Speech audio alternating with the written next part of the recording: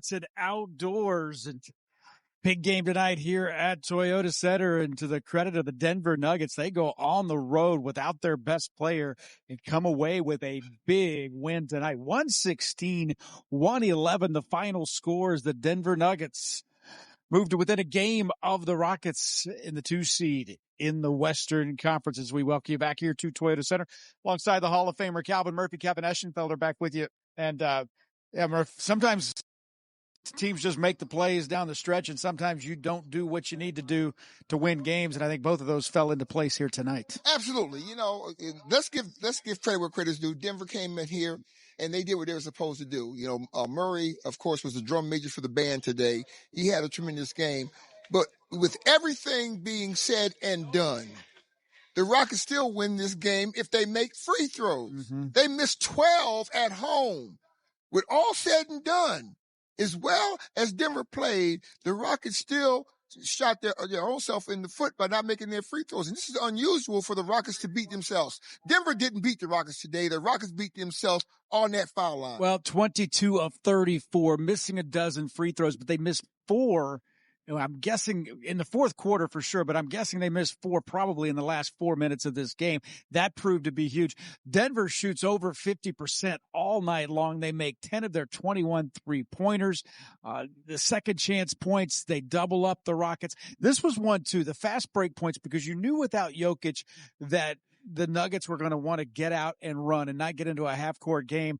And they followed the script to a T. So they outscored the Rockets. They held the Rockets to 0 fast break points. See, 0, not 1. But see, here's what I want our fans to understand about missing foul shots. When you miss foul shots, that means you got nothing out of that possession.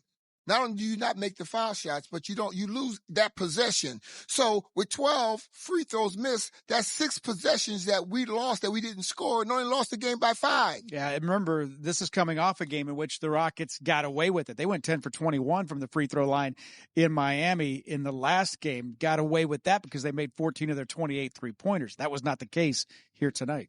Well, yes, the 3-pointer is very important. But that's a crapshoot when you shoot the 3-pointer, depending on, the kind of shot you get from night in and night out. But I'm going back to the foul line. And, that's going to always be one of my pet peeves. The one thing that, and I try to tell these youngsters today that watch the NBA players, when you go to practice, you don't practice what you do well. You need to practice what you don't do well. And right now, the Rockets have got to go back to the drawing board because they have not shot the free throw well at all. And this is very unusual for a Rocket team. Yep.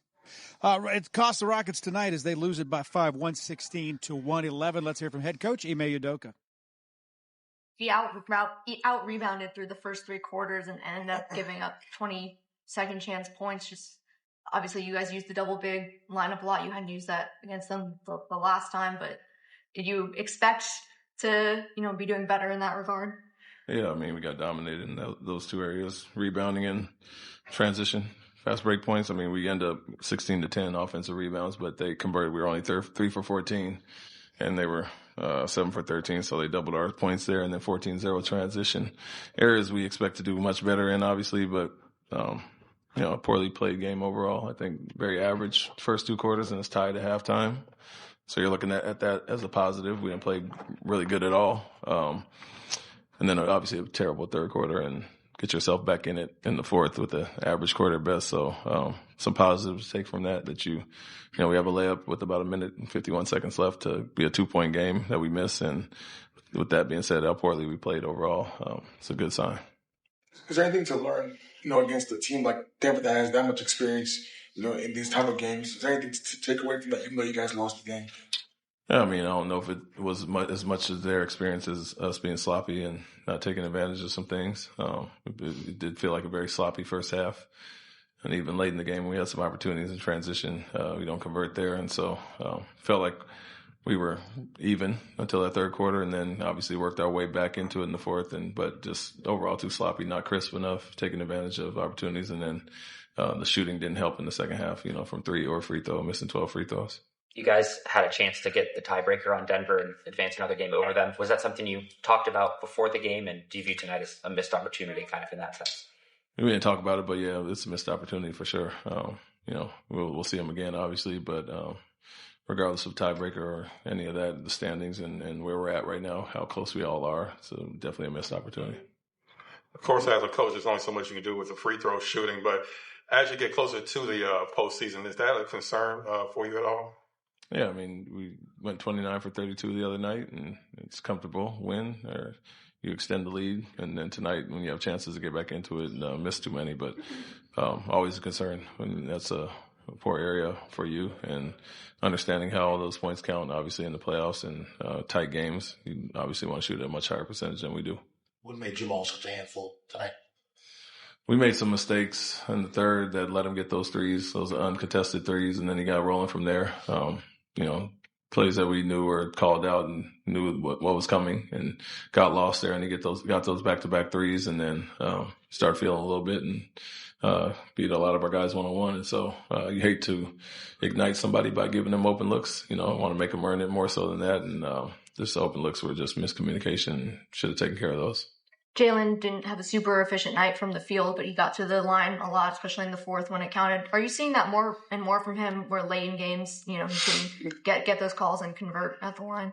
Yeah, I think he's mixing it at times, to take the threes when they're open, but also be in attack mode. And it's good to see that he does get there a little bit more lately. But there's always growth and process for him to determine when to attack, when to find guys in that crowd, and have some late turnovers as well. And, but a mix of both. I think overall, not just Jalen, it was not the most efficient night for a lot of guys.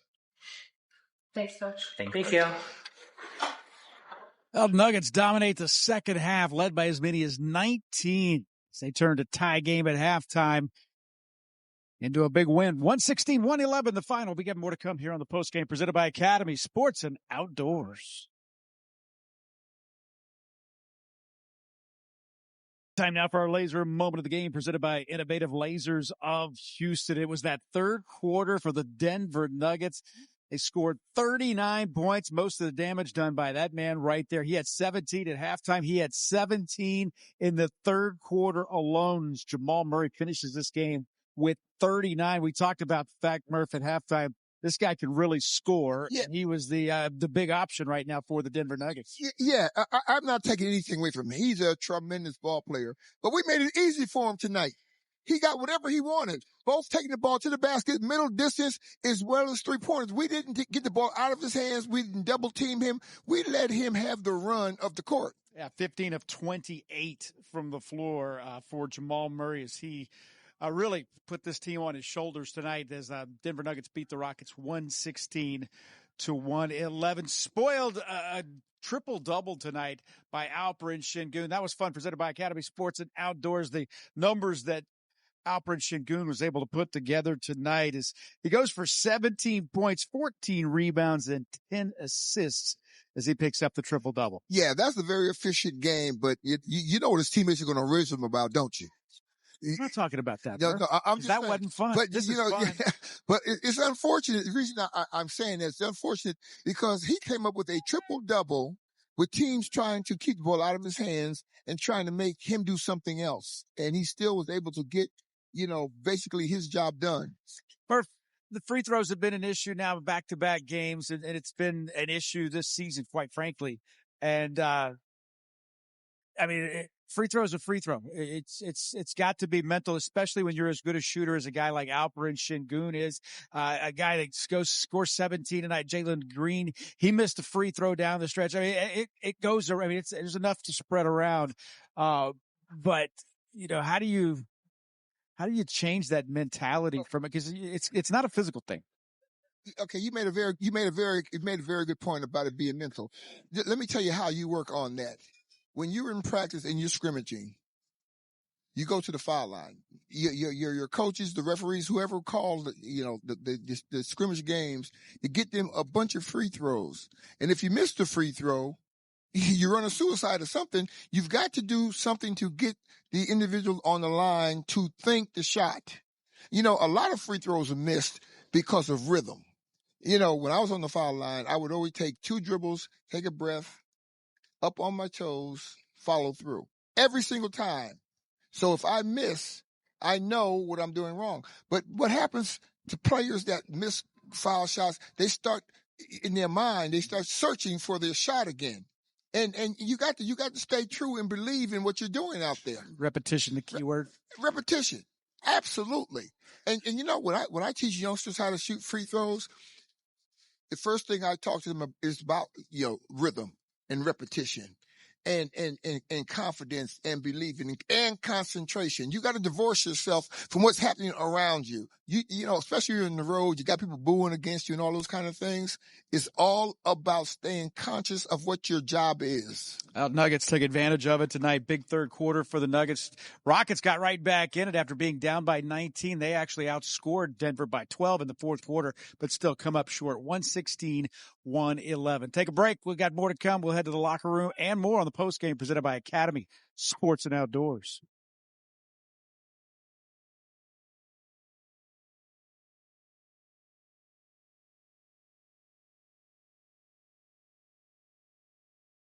Type Kia player profile. Murph, let's talk about Steven Adams. What with the two bigs, with the Jokic-less Denver Nuggets tonight. So between the two big guys, it paid off. Didn't pay off in a win, but 14-12 tonight for Steven Adams. You know, when you look at him around that glass, what really impresses me is his offensive rebounding. He'll get inside position and he'll keep, even if he doesn't get the ball, he'll keep it alive. Now tonight, he did everything that we expect of a big man. He was a rim protector. He rebounded extremely well. And he came up with 14 points just on pure around the basket hustle. And you'll remember too about Steven Adams, Murph. He was coming back from the injury from last year. Didn't play all the time and a lot early in the season, and pretty much they were getting him ready for this stretch run, which is where they are right now for this veteran. Well, I'll tell you what, they got him, whatever they did, what their time frame was, it worked out well because now he's getting his game back together. You start looking at a big man around the basket, he needs a lot of timing. And you can see where he's on top of his game right now, following the flight of that ball. Legs are strong.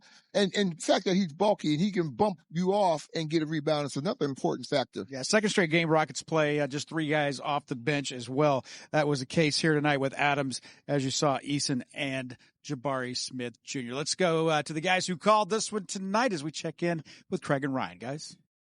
All right, thank you, Kevin. Rockets winning streak ends tonight. Their 9-game run is over as Denver wins it here at Toyota Center. And look, that third quarter was a problem. The missed free throws for the Rockets were a problem, but ultimately Denver beat Houston at their own game.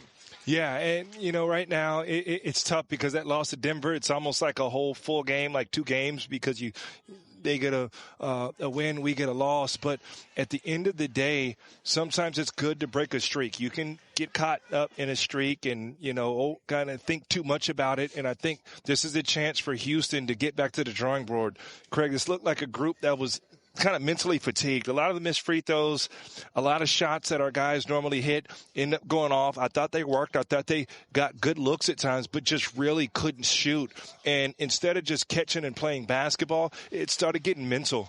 Rockets shot 44% for the game, 11 of 34 from 3. But again, 12 missed free throws, really problematic. Denver had 20 second chance points. The Rockets only have 10. Now, Denver is a good offensive rebounding team. The Rockets are the best, but they don't normally get doubled up in that department. And Denver also outscored them 14-0. No transition baskets at all in this game for Houston. That's part of their bread and butter, too. And again, Denver just took that away from them. Yeah, they came in with their A++ effort. And hats off to DeAndre Jordan. He was excellent tonight. Awesome. It's the best game that we've seen from him probably as a Nugget period. He was good on the back line. He guarded the double big lineup extremely well. Used almost all of his fouls. Used 5 of them tonight, but he did a good job commanding the paint. And Steven Adams, one of his better games, man. He's been good. He was the only Rocket that ends up being a +10 in his minutes tonight. He did a great job continuing. I thought he was good against the Heat. He commanded the paint, and he's becoming a difference maker for our guys. But Houston, that kind of edge is getting over. And again, in the playoffs, you may see this. Teams are going to say no transition. Denver didn't offensive rebound. They just ran and got back. Well, the winning streak is over. The Rockets will try to begin a new one on Tuesday with Atlanta in town. And so until then, Kevin and Calvin, back to you. All right, fellas, thank you very much. 116-111, the final. Got more to come here on the post game. It's presented by Academy Sports and Outdoors.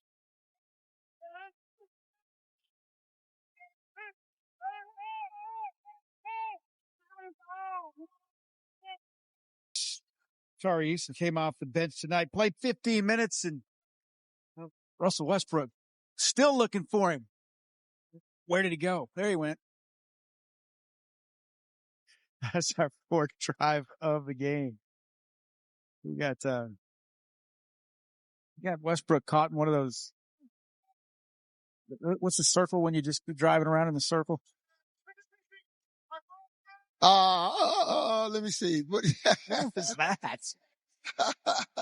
All right, this is why this game was so important. It had been so important for the Rockets to have won this game, was that you win the season series. So that means basically Denver, not only would Denver be 3 games behind you had they won, they would have had to have passed you. Well, hey, there's a lot of basketball. I say there's a lot of basketball. We're down to 10 games, right? And you think the 5 seed and the 2 seed, the difference is a bad couple of days. It's a bad couple of games. It's a bad weekend, Murph. Let me tell you exactly. Let me tell you something about this standing right now. The pressure is going to be put not just on the Rockets, but from 1 to 6. Anything can happen from now to the season over with. So you don't have the luxury of going into a slide, a 3-game, 4-game, slip where you lose those games in a row. You can virtually put yourself into the play-in opposed to a playoff berth. Yep. Jalen Green, 2 games against the Denver Nuggets this season, and he's had 30-plus in both of those. Did it again tonight. As a matter of fact, I wore this jacket tonight in honor of Jalen Green. Let's head to the locker room. You didn't say that. I did. Jalen, what was Jamal Murray doing tonight to be just so effective out there? He was just hitting shots. He made a couple of mistakes on defense, but he's a good player. He was just hitting shots. That third quarter seemed to really sink you guys for a little bit. Just what was happening there? I don't know. I guess they were just playing more physical. Yeah. I mean, they had 20 second chance points, and you guys had some opportunities off the offensive rebounds as well, just weren't able to convert them. Were they doing something different as far as boxing out or playing with that level of physicality? No, it was on us. That was all us. We didn't get stops. We wasn't rebounding. So, yeah. Tonight was a game that has, implications in the Western Conference standings. Is that something you guys are thinking about, talking about, your seeding in these final 10 or so games? We for sure should look at it. But at the end of the day, we're trying to just build on what we have here. Thank you, Jalen. Thanks, Jalen. 116-111, the final scores. The Nuggets beat the Rockets tonight. More to come here. It's a post game. It's presented by Academy Sports and Outdoors.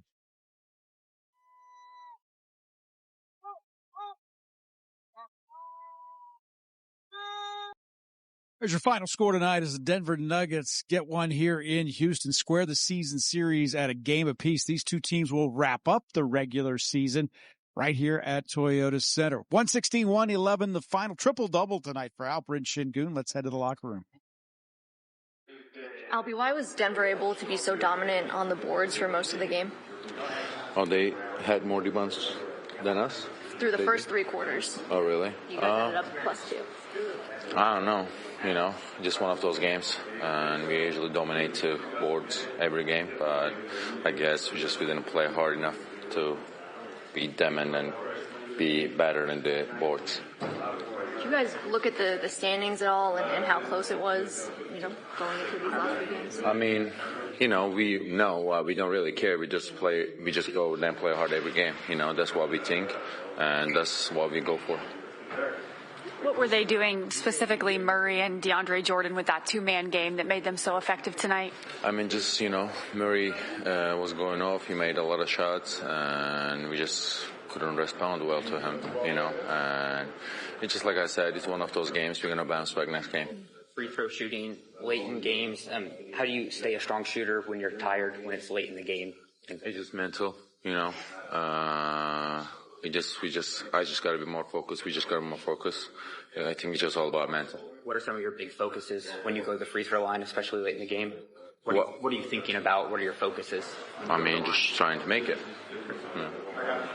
Do you feel like teams are doing anything differently when it comes to double teaming? Of course, you've been double team all season. Are they doing anything different, or is it pretty much the same type of defense? I mean, they just climb in the paint, and that's being all year, like you said. So I'm just know what to do and trying to find my open guys. How does having Steven out there help you with your passing game? He helps a lot. He play hard, offensively, defensively. He helps a lot, and we just when he just in the game, we just trying to dominate the board, get rebound and push, and we are big down there and trying to climb the paint when we are playing together. Thank you. Thanks, Alfie. All right, so next up, the Atlanta Hawks come to town on Tuesday. We'll get things started at 6:30. These two teams got together. Remember, that was a game in which the Rockets were really playing really good basketball. That was a night in which they had to hold on for dear life, win that one in Atlanta, 100-96. Atlanta beat Philly tonight, and they've been playing much better as well. They have won 7 of their last 10, even though they are under 500. So 10 games remaining. 4 here at Toyota Center, including the game coming up on Tuesday night. And then 6 will be on the road, where Rockets have been very solid with the exception of that streak in which they struggled. But, right now you just, tonight's one in which you feel like you just let one get away on a night like tonight, but all you can do is put it behind you and move on because it's just so tight in the standings. You made a good point, Kevin. First of all, I'm disappointed, obviously. I've gotten spoiled with the Rockets winning streak. But, the Rockets has played hard. They played hard tonight to get back to the game. It's just one of those situations where it caught up with them. They fought from behind the last 3 or 4 games to win the games. It was just one of those situations. The only thing, once again, that I had the problem with, obviously, was the free throw shooting. Everything else, I thought they played hard. They got the shots. We didn't shoot extremely well. We ended up shooting 43%. But we got the shots that we normally get and we normally make. So maybe it was just our turn to lose tonight. Yep. All right. Denver Nuggets get the win. They end the Rockets winning streak at 9 straight games. 116-111, the final. We'll be back with you coming up on Tuesday night as the Atlanta Hawks come to town. We'll see you then at 6:30.